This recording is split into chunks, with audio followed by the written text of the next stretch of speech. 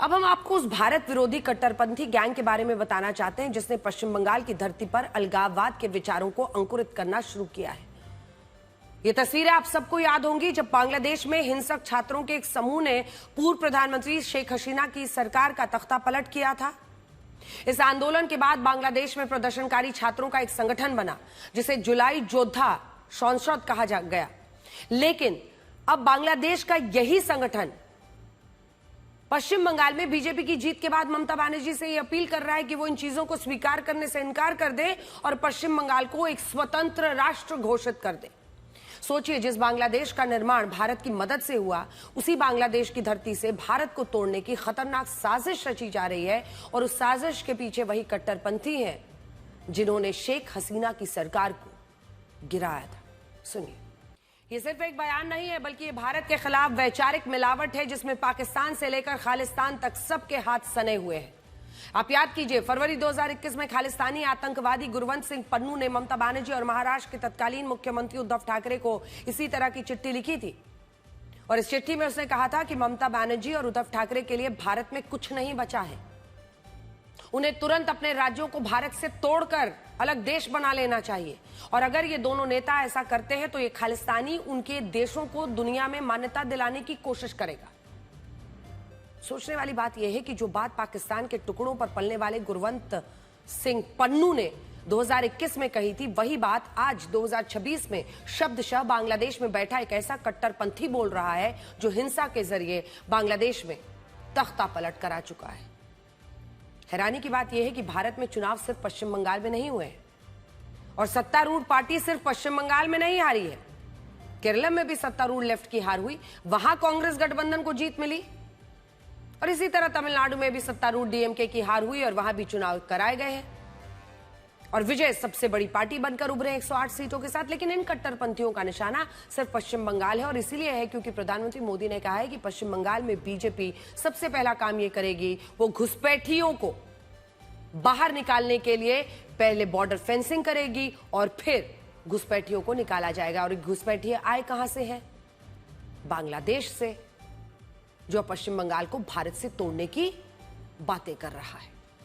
अब बांग्लादेश के गृह मंत्री सलाहुद्दीन अहमद को सुनिए, जो ये कह रहे हैं कि बीजेपी को पश्चिम बंगाल के अवैध प्रवासी वापस बांग्लादेश नहीं भेजने चाहिए।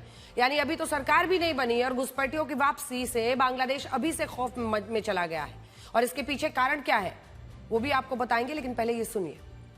अब आप इन आंकड़ों को देखिए।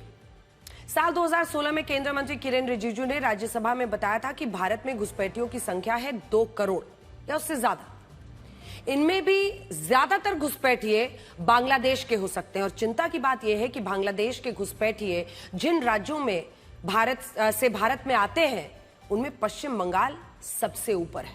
बीएसएफ के मुताबिक साल 2017 से 21 के बीच 84% घुसपैठिए अकेले पश्चिम बंगाल की सीमा पर गिरफ्तार हुए। इनमें भी जिन जिलों में सबसे ज्यादा घुसपैठ हुई थी उनमें मालदा, मुर्शिदाबाद, उत्तर 24 परगना का नाम सबसे ऊपर था। ये वही जिले हैं जहां पहली बार बांग्लादेश से लगी कुछ सीटों पर बीजेपी भी जीती है और यही बात घुसपैठियों और बांग्लादेश में उनके आकाओं को परेशान कर रही है। वो ममता बनर्जी से ये कह रहे हैं कि पश्चिम बंगाल को अलग देश बना दो। वैचारिक मिलावट की बात हो रही है तो आपको यह भी बता देते हैं कि अंतर्राष्ट्रीय मीडिया में पश्चिम बंगाल की जीत को कैसे कट्टर हिंदुत्व से जोड़ने की खूब कोशिशें चल रही हैं। भारत के लोकतंत्र को बदनाम करने की साजिश रची जा रही है। अल जजीरा, पश्चिम बंगाल में बीजेपी को इसलिए जीत मिली क्योंकि उसने तथाकथित अवैध बांग्लादेशी घुसपैठ के एजेंडे पर चुनाव लड़ा। तो वॉल स्ट्रीट जर्नल ने लिखा कि इन चुनावी नतीजों के बाद भारत सिंगल पार्टी रूल या वन पार्टी रूल की तरफ बढ़ सकता है। वन पार्टी रूल का मतलब यह हुआ कि पूरे देश में बीजेपी के अलावा कोई पार्टी है ही नहीं, जबकि इसी बार 5 चुनाव हुए, आपने देखा 2 राज्यों में बीजेपी कहीं नहीं है। हकीकत में तो बीजेपी केंद्र में भी 20 से ज्यादा पार्टियों के समर्थन से इस वक्त सरकार चला रही है। कई राज्यों में उसकी गठबंधन की सरकारें चल रही हैं। सोचिए, भारत में वन पार्टी रूल कैसे आ सकता है? जिस देश के एक राज्य में 2 साल पहले बनी थलपति विजय की पार्टी फर्श से अर्श तक पहुंच गई, वहां लोकतंत्र खत्म कैसे हो सकता है?